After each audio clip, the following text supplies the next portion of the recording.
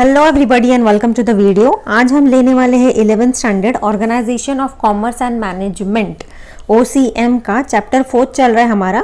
इसके अंदर हमने शुरुआत का काफ़ी सारा पार्ट कवर कर लिया है। फीचर्स हम देख रहे थे। ओके, तो फीचर्स के अंदर भी हमने देखिए काफ़ी कुछ पॉइंट्स कवर कर लिए हैं।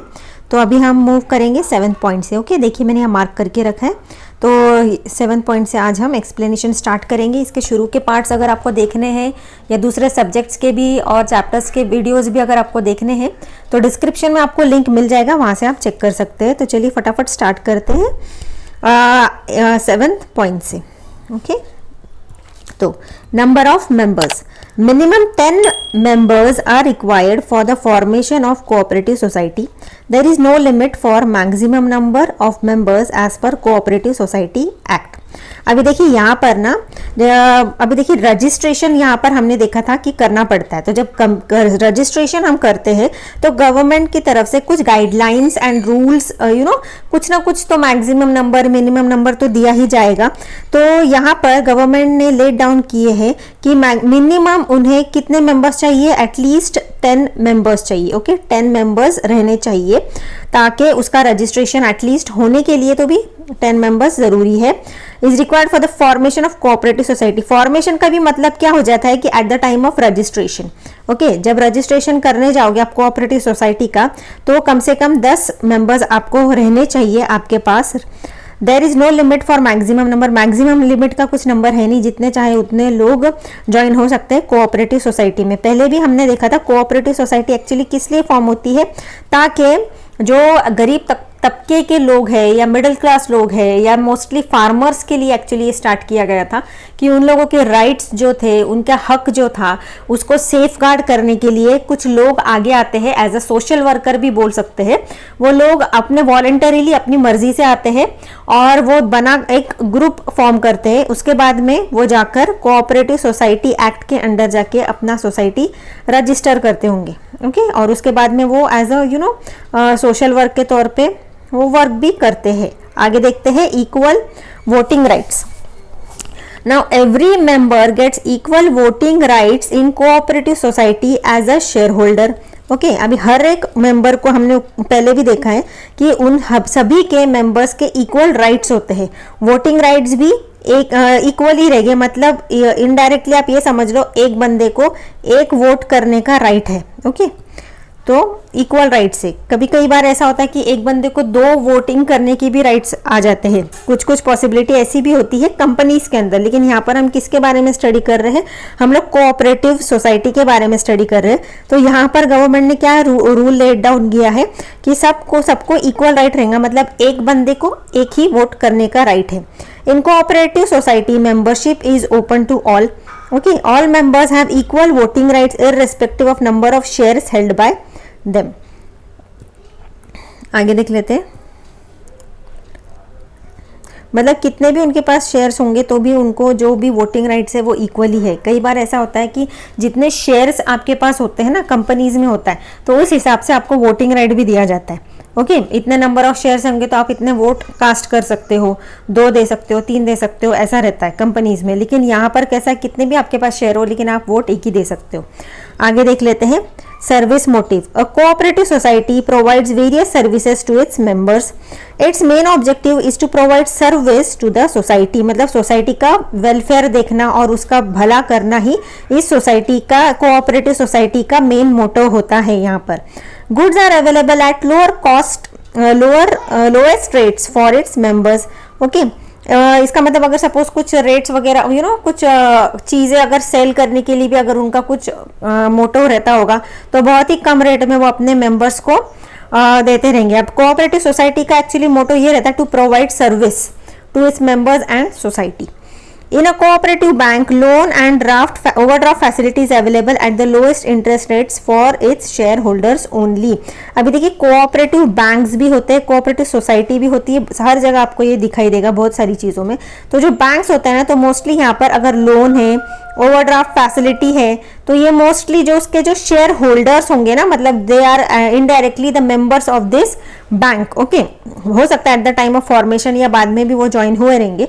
तो उन लोगों को जो लोन दिया जाता है या ओवरड्राफ्ट फैसिलिटी दी जाती है, ये लोएस्ट रेट ऑफ इंटरेस्ट ये लोग एंजॉय कर सकते हैं। ओके, आगे देख लेते हैं। मेरिट्स दिया गया है यहाँ पर। ओके, तो मेरिट्स ऑफ कोऑपरेटिव सोसाइटी क्या है? पहला तो है democratic management. Each member of cooperative society enjoys equal voting rights. Okay, मतलब सभी का हक बराबर है। ये हमने ऊपर भी वोटिंग डिस्कस किया था। The principle of voting is 1 member 1 vote।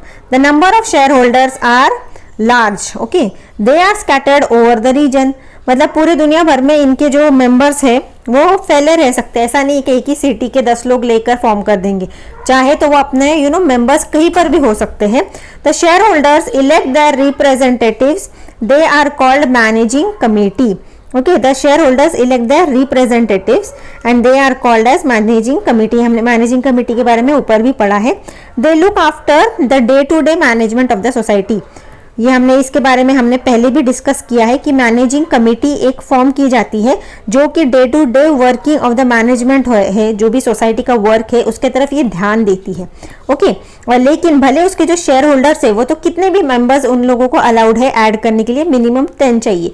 तो शेयर होल्डर्स है indirectly they are the members. तो ये किधर भी स्कैटर्ड ओवरऑल इंडिया में या ओवरऑल रीजन या महाराष्ट्र स्टेट हो, कोई भी स्टेट हो या पूरे इंडिया में कहीं पर भी स्कैटर हो सकते हैं।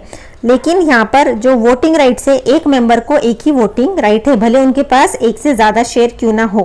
Okay, open membership. The membership of cooperative society is voluntary and open to all. That is any person of any caste, creed, religion etcetera can purchase shares of cooperative society and become its member. Okay, देखिए अगर आपको बनना है इस cooperative society का member for example, okay, तो अगर member बनना है तो आपको क्या किस तरह से आप उसकी मेंबरशिप ले सकते हो? तो उसके आपको ना कुछ शेयर्स परचेस करने पड़ेंगे उस सोसाइटी के, उसके बाद में आप उसके मेंबर बन जाओगे। इसका मतलब आपके पास शेयर है, आप शेयर होल्डर बन गए, इनडायरेक्टली आप उसके मेंबर बन गए। There is no compulsion to join और टू लीव द ऑर्गेनाइजेशन। कोई भी आपको जोर जबरदस्ती नहीं कर सकता है कि आप ज्वाइन हो या आप इसको लीव करो, ऐसा कुछ नहीं है। वॉलंटरीली आपकी मर्जी, अगर आपको ज्वाइन होना है आप हो सकते हो, आपकी मर्जी आपको छोड़ना है अगर वो मेंबरशिप तो आप छोड़ भी सकते हो। कैसे छोड़ोगे? शेयर्स को बेच दो, सिंपल। आगे थर्ड पॉइंट देखेंगे हम, less operating expenses. Okay, the cost of operation is low in cooperative society. देखिए खर्चा जो है ना यहाँ पर ज्यादा नहीं लगता है, काफी कम लगता है। No middleman is involve. Okay, middleman मतलब क्या, जैसे हमने पहले भी पढ़ा था सेल्स के अंदर होलसेलर हो गए बहुत सारे, या इंटरमीडियरीज मैन हो जाते हैं, मिडलमैन बोलते हैं उनको। ओके, तो वो काफी सारे हट जाते हैं। इसके वजह से क्या हो जाता है, मोस्टली कॉस्ट जो है वो कम हो जाती है ना। इनडायरेक्टली कॉस्ट ऑफ ऑपरेशन, मतलब जो भी अगर सपोज उन्होंने कुछ बिजनेस छोटा मोटा स्टार्ट करने का भी सोचा है तो कॉस्ट ऑफ ऑपरेशन इनडायरेक्टली काफी कम हो जाता है, जिसके वजह से एंड प्रोडक्ट काफी सस्ता पड़ता है। There is no advertisement expense. Managing committee member provides honorary service. मतलब मोस्टली ये जो मैनेजिंग कमिटी के जो मेंबर्स होते हैं ना वो हॉनरी सर्विस देते हैं। इसका मतलब ऐसा समझो, उनकी जो सर्विस वो प्रोवाइड कर रहे हैं, मैनेज कर रहे हैं डे टू डे अफेयर्स, उसकी वो सैलरी या हॉनरी मतलब कुछ कमीशन वो नहीं लेते हैं, जिसके वजह से काफ़ी सारा खर्चा कम हो जाता है। ओके, मतलब cost of indirectly cost of operation कम हो रहा है हमारा। Then various concessions, reliefs and privileges related to registration fees, stamp duty, income tax etc. are given by government। अभी देखिए गवर्नमेंट ना ज़्यादा से ज़्यादा कोशिश करता है कि इस तरह की सोसाइटीज फॉर्म हो, क्योंकि अगर इस तरह की सोसाइटीज फॉर्म होगी तो कहीं ना कहीं सोसाइटी का ही वेलफेयर होगा। इसका मतलब ये कि आप मदद कर रहे हो गवर्नमेंट को कहीं ना कहीं सोसाइटी को इम्प्रूव करने के लिए। तो गवर्नमेंट की आप हेल्प कर रहे हो, तो गवर्नमेंट कोऑपरेटिव सोसाइटी के तरफ किस तरह से और मदद का हाथ दे सकता है, तो वो क्या करेगा, उनको हेल्प करने के लिए रजिस्ट्रेशन फीस में थोड़ा सा कम कर देगा, स्टैम्प ड्यूटीज वगैरह, इनकम टैक्स में थोड़ा सा रिलीफ दे देगा। तो इस बहाने से क्या हो जाएगा कि आपका जो ओवरऑल जो कुछ प्रोडक्ट बनता है तो उसके ऊपर कुछ एक्सपेंसेस या टैक्सेस लगते हैं वो कम हो जाते हैं। देन ये जो मैनेजिंग कमेटी है वो भी कुछ सर्विस दे रहे हैं, वो भी अपनी सैलरी या कमीशन नहीं ले रहे, वहां से भी अपना पैसा कम हो गया। आप मिडल मैन नहीं रख रहे हो, बहुत बड़ी बात है। इसका मतलब क्या हो गया, ये सब चीजें मिलाकर इनडायरेक्टली आपका ये जो कॉस्ट ऑफ ऑपरेशन है ना, ये बहुत कम हो रहा है। कॉस्ट ऑफ ऑपरेशन अगर कम हो जाएगा तो अल्टीमेटली जो आपका आखिरी का जो प्रोडक्ट आपके हाथ में आएगा ना, आप सोचो उसका कॉस्ट कितना कम हो जाएगा, है ना। तो यहाँ पर इतना चीज है। आगे देख लेते हैं limited liability. The liability of the share holders of cooperative society is limited. Okay, the liability of share holders of cooperative society is limited. तो इसका पहले हर बार मैं आपको ये समझाती हूँ लिमिटेड का मतलब क्या है। ओके, इसका मतलब कभी भी कोऑपरेटिव सोसाइटी अगर वाइंड अप हो रही है या बंद होने को आई है या ऐसी सिचुएशन आ गई है जबकि आपको क्रेडिटर्स को पैसा चुकाना है, लेकिन आपके कंपनी का या जो कोऑपरेटिव सोसाइटी है उसका बैंक में पैसा नहीं है, कम है, कैश जो है वो भी कम है, और एसेट्स वगैरह जो है वो भी बेच के आपने क्रेडिटर्स को दिए, फिर भी क्रेडिटर्स के तरफ कुछ ना कुछ पैसा बनता है कि आपने उनको रीपे करना है।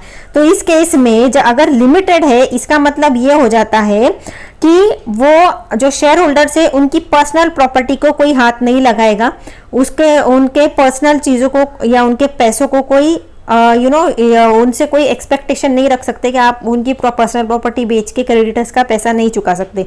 अगर अनलिमिटेड होगा तो फिर आप उनकी पर्सनल प्रॉपर्टी बेच के भी अपना क्रेडिटर्स का पैसा चुका सकते हो। लेकिन यहाँ पर क्या होता है कि जो शेयर होल्डर्स है यहाँ पर इनको एक सिक्योरिटी हो जाती है कि भले वो शेयर्स खरीदे हैं उन्होंने, कल को अगर वाइंड अप भी होती है तो लिमिटेड के वजह से उनकी पर्सनल प्रॉपर्टी एटलीस्ट वो सेफ रहेंगी। It is limited up to the extent of unpaid amount of shares held by them. Thus, members' private property cannot be used even if the asset of the society are insufficient to pay the debts of the third party। वही मैंने आपको कहा, एक बार वो bad debts हो जाएगा तो चलेगा, लेकिन जो शेयर होल्डर है उसकी पर्सनल प्रॉपर्टी को कोई भी हाथ नहीं लगा सकता।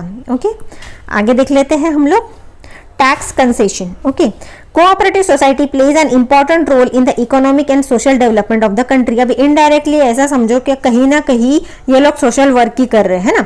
Government gives many concessions to them. अभी हमने ऊपर भी देखा टैक्स में उनको कंसेशन होगा, है ना, फिर स्टैम्प ड्यूटी में उनको कंसेशन होगा, बहुत सारे उनको कंसेशंस मिलते हैं।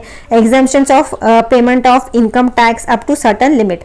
This helps to increase the profit of the society. कहीं ना कहीं गवर्नमेंट अगर इनको कुछ कंसेशन दे रहा है, मतलब कहीं ना कहीं गवर्नमेंट जो है वो सोसाइटी का भी भला कर रहा है ना।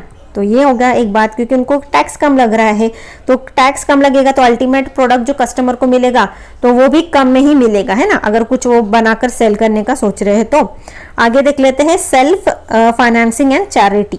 As per the latest Amendment Act of Cooperative Society, a society can pay maximum 15% dividend to its member। अब देखो शेयर होल्डर्स ने शेयर खरीदे हैं, तो शेयर खरीदे हैं इसका मतलब कहीं ना कहीं उनका एक्सपेक्टेशन ये है कि मुझे रिटर्न में कुछ ना कुछ तो मिलना चाहिए, है ना, कुछ तो मिले, ताकि इतना इन्वेस्टमेंट करते हैं लोग, शेयर्स खरीदते हैं तो कुछ तो उम्मीद रखेंगे। तो यहाँ पर क्या है, 15% डिविडेंड वो एंजॉय कर सकते हैं। Therefore, remaining surplus is used as self-finance, okay, self-finance and charity. As per the latest Amendment Act of Cooperative Society, society can pay 15% dividend to its members. Therefore, remaining surplus is used as self financing, मतलब बाकी का जो पैसा है वो self financing के तौर पे वो यूज कर सकते हैं उसी के अंदर, सोसाइटी के अंदर। Some amount of profit is utilized for charity purpose, social activities and for the growth of cooperative society। अब ये जो पैसा है, जो मतलब डिविडेंड बांट के भी सपोज कुछ पैसा बच गया है, तो वो प्रॉफिट जो है या पैसा जो है बचा हुआ, उसको वो क्या कर सकते हैं, चैरिटी के पर्पस के हिसाब से भी दे सकते हैं, सोशल एक्टिविटीज की तरह दे सकते हैं, and for the growth of cooperative society, अपनी सोसाइटी को अगर और बढ़ाना है तो उस तरह से भी दे सकते हैं। अगर मैं आपको कुछ एग्जांपल्स दूं तो जैसे कि देखिए आपके एरिया में ना, आपने सुना होगा लायंस क्लब, रोटरी क्लब, ये जो बहुत सारे क्लब्स भी लोग, लेडीज क्लब, इस तरह के क्लब्स भी बना लेते हैं। एक्चुअली ये रजिस्टर होते हैं, तो ये कहीं ना कहीं एक्चुअली कंट्रीब्यूट कर रहे हैं, तो इनडायरेक्टली वो भी एक्चुअली कोऑपरेटिव सोसाइटी के तरह ही रजिस्टर होते हैं, अपनी सर्विस प्रोवाइड करते हैं वो सोसाइटी को। ओके, आगे देखते हैं डीमेरिट्स। आगे है डीमेरिट्स। ओके, डीमेरिट्स कितने हैं ज़रा हम देख ले। ओके, थोड़े से ही चलो कवर अप कर लेते हैं। ओके, तो अगर आप नए हैं तो प्लीज़ चैनल को सब्सक्राइब कर दें ताकि आने वाले वीडियोस के नोटिफिकेशन आपको मिलते रहे। और अगर सपोज़ मैंने कुछ लाइव लिया है तो सेट रिमाइंडर करके आता है, प्रीमियर होगा, तो सेट रिमाइंडर पे अगर आप क्लिक कर देंगे तो जब भी वीडियो पब्लिश होती है तो आपको एक नोटिफिकेशन मिल जाएगा। ओके, 30 मिनट्स पहले, तो आप रेडी हो सकते हैं लेक्चर के लिए। तो आगे देख लेते हैं लिमिटेड कैपिटल। इसका शेयरिंग लिंक अपने दोस्तों के साथ ज़रूर शेयर कीजिएगा। ओके, लिमिटेड कैपिटल, डीमेरिट्स के बारे में देखते हैं। अभी मेरिट्स तो हमने देख लिए, फीचर्स भी देख लिए, डीमेरिट्स क्या है। The face value of the shares of cooperative society is very less. Okay, मतलब एज कंपेयर टू दूसरे कंपनीज देखोगे ना तो इसका जो फेस वैल्यू होता है, इसके शेयर्स का फेस वैल्यू काफ़ी कम होता है। अभी मोस्टली देखो आगे देखते हैं। The share holders belong to the weaker section of the society. देखो ये गरीब लोगों के भले के लिए इसे फॉर्म किया जाता है ना, तो ज़्यादा आप उससे एक्सपेक्टेशन नहीं रख सकते हो। Therefore they can not purchase more share of the society, so capital is limited. Capital भी थोड़ा ही होता है। Due to low rate of dividend people are not interested to invest in shares of cooperative society. इसमें जो rate of dividend है ना, हमने ऊपर क्या देखा था कि 15% तक मिल जाता है, लेकिन वो काफ़ी कम है। ओके, तो बहुत सारे लोग जो होते हैं वो इंटरेस्टेड नहीं होते कोऑपरेटिव सोसाइटी में इन्वेस्ट करने के लिए। आगे है insufficient management. The management is in the hands of managing committee. They are the representatives of share holders. They may not possess managerial skill. Okay, मतलब उन्हीं के जो वॉलंटरीली जो लोग आते हैं, मेंबर्स बनते हैं, उन्हीं में से कुछ लोगों को मैनेजिंग कमेटी में मेंबर्स बना दिए जाते हैं, लेकिन उनके ऊपर उनके साथ में ज़रूरी नहीं कि वो प्रॉपर उनके पास डिग्री वगैरह हो या एक्सपीरियंस वगैरह हो सोसाइटी को चलाने के लिए के हिसाब से। तो अगर वो सपोज इतने एफिशिएंट नहीं है तो वो काफ़ी लॉस, मतलब अपने को इतना रिजल्ट बेहतर नहीं मिल सकता है। They may not possess managerial skill. जो मैनेजरल स्किल की हमको ज़रूरत पड़ती हो सकता है उनमें ना हो। Due to limited capital amount of capital financial capacity they are not able to appoint. अभी देखिए पैसा जो है ये लोग तो पहले वॉलंटरीली आते हैं, ओके, ताकि सोशल वर्क कर सके। तो सोशल वर्क कर सकते हैं तो वहाँ पर आप यहाँ पर मेन मोटो प्रॉफिट नहीं होता है, सोसाइटी का और मेंबर्स का वेलफेयर करना होता है। तो इनडायरेक्टली जो पैसा आता है, कैपिटल आता है इस सोसाइटी कोऑपरेटिव सोसाइटी को फॉर्म करने के लिए, तो जाहिर सी बात है वो कम ही होगा as compare to big big companies. Okay, तो कम होगा, तो उनके पास जब इतना पैसा नहीं है तो प्रोफेशनल मैनेजर्स वगैरह रखने के लिए उनके पास ज़्यादा पैसा भी नहीं होगा। तो इसीलिए जो जितने लोग मिलके मेंबर्स बने हैं उतने में ही उनको बस काम चलाना रहता होगा। तो इतना मैनेजरल स्किल और जितना एक्सट्रैक्ट कर सकते हैं किसी से, तो वो अपना जो रिजल्ट ला सकते हैं उतना नहीं ला पाते। The managing committee members are not professionals, है ना। डिग्री प्रोफेशनल कौन होते हैं? प्रोफेशनल वो होते हैं जो एक्चुअली ट्रेनिंग लेके, डिग्री वगैरह एक्सपीरियंस लेकर आते हैं, तो वो लोग इनके पास नहीं होते। There is insufficient management. Members भी अगर होंगे, किसी के पास टाइम होता है नहीं होता है, उस हिसाब से वो अपना काम रहते हैं, तो इनएफिशिएंट भी हो सकता है। ओके, आगे देख लेते हैं। Lack of public confidence. There is a huge political interference in cooperative society, so people do not invest their money in cooperative society, है ना।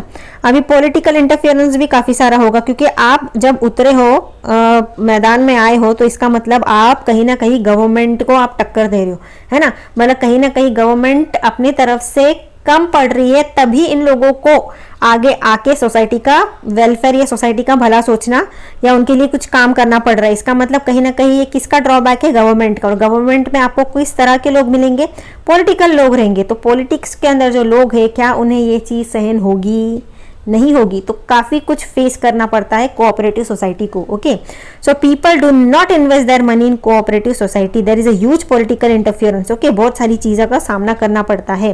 तो लोग भी जब अपना अगर इन्वेस्ट करेंगे कोऑपरेटिव सोसाइटी में, उनका मेहनत का पैसा लगा रहे हैं, तो जो पैसा लगा रहा है तो वो तो थोड़ा सोच समझ के ही पैसा लगाएगा ना। तो इसीलिए ज़्यादातर लोग इंटरेस्टेड नहीं होते हैं कोऑपरेटिव सोसाइटी में पैसा लगाने के लिए। Most of the cooperative societies are led by political leaders, so there is a lack of public confidence। अभी क्या होता है, देखिए, कहीं ना कहीं वेलफेयर करना है तो मैंने क्या कहा आपको कि वो लोग एक तरह से टक्कर दे रहे हैं गवर्नमेंट को, पॉलिटिक्स लोगों को, या फिर पॉलिटिक्स में जो लोग इन्वॉल्व है उनको आप टक्कर दे, तो कहीं ना कहीं क्या होता है, उन्हीं लोगों को इन्वॉल्व कर लो कोऑपरेटिव सोसाइटी के अंदर, ताकि उनके साथ भी थोड़ा सा तालमेल बनाए रखे और अपना काम भी अच्छे से हो। तो क्या हो जाता है, ये जो नेता टाइप लोग रहते हैं वो भी आ जाते हैं, मेंबर बन जाते हैं इस तरह की सोसाइटीज के अंदर।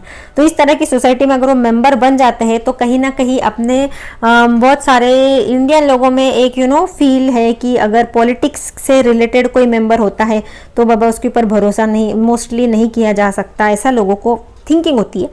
तो there is lack of public confidence, और इसीलिए भी लोग थोड़ा सा अपने आप को दूर रखते हैं इन कोऑपरेटिव सोसाइटी से। आगे देख लेते हैं, limited scope for expansion, there is limited capital in cooperative society. अभी हमने ऊपर वही स्टडी किया। They can not take risky projects due to insufficient management, देखिए उनके पास ना ही इफिशिएंट मैनेजमेंट है, इफिशिएंट लोग हैं जो प्रॉपरली अपना मैनेजमेंट चला सके, और ना ही उनके पास कैपिटल है। Therefore there is less scope for expansion, expansion मतलब उस चीज को कोऑपरेटिव सोसाइटी को और एक्सपांड करने के उनके जो चांसेस है वो काफ़ी लो हो जाते हैं। ओके, आगे देख लेते हैं, lack of motivation, managing committee members work on honorary basis, therefore they are not motivated to work hard. Honorary basis पे वर्क करते हैं मतलब पैसा जो मिलता है वो काफ़ी कम मिलता होगा, ओके, एज अ रिवॉर्ड उन्हें दिया जाता होगा जो भी वो काम करते हैं, और तो इसलिए therefore they are not motivated to work hard, इसीलिए वो ज़्यादा इतना अपना, जिसको देखो पैसा दोगे तो वो अपना पूरा फुल जो मन लगा के वर्क करेगा, लेकिन अगर उसको सैलरी वगैरह काफ़ी कम मिलता है तो इतना लोग इंटरेस्ट भी नहीं दिखाते, अपना पूरा 100% जो दे सकते हैं कई बार वो नहीं दे पाते लोग। ओके, तो आई होप आपको इतना समझ गया होगा। ओके, आगे देख लेते हैं, टाइप्स ऑफ कोऑपरेटिव सोसाइटी। अभी तक हमने देखो मेरिट्स कवर कर लिए, डीमेरिट्स भी कवर कर लिए। कोऑपरेटिव सोसाइटी के अंदर जो है कुछ टाइप्स दिए हैं इन्होंने, तो ये मैं अगले वीडियो में आपको ले लूँगी, उसके बाद में हम जॉइंट स्टॉक कंपनी की तरफ जाएंगे। ओके, तो चलिए अब तक के लिए इतना ही, मिलते हैं अगले वीडियो में। आप कमेंट्स ज़रूर करिए, ओके, और लाइक दे दीजिए और अपने दोस्तों के साथ ज़रूर शेयर करें, और कोशिश करें पूरा वीडियो देखें ताकि कोई भी इंपॉर्टेंट चीज़ आपसे मिस ना हो। तो अब तक के लिए bye bye, have a good day.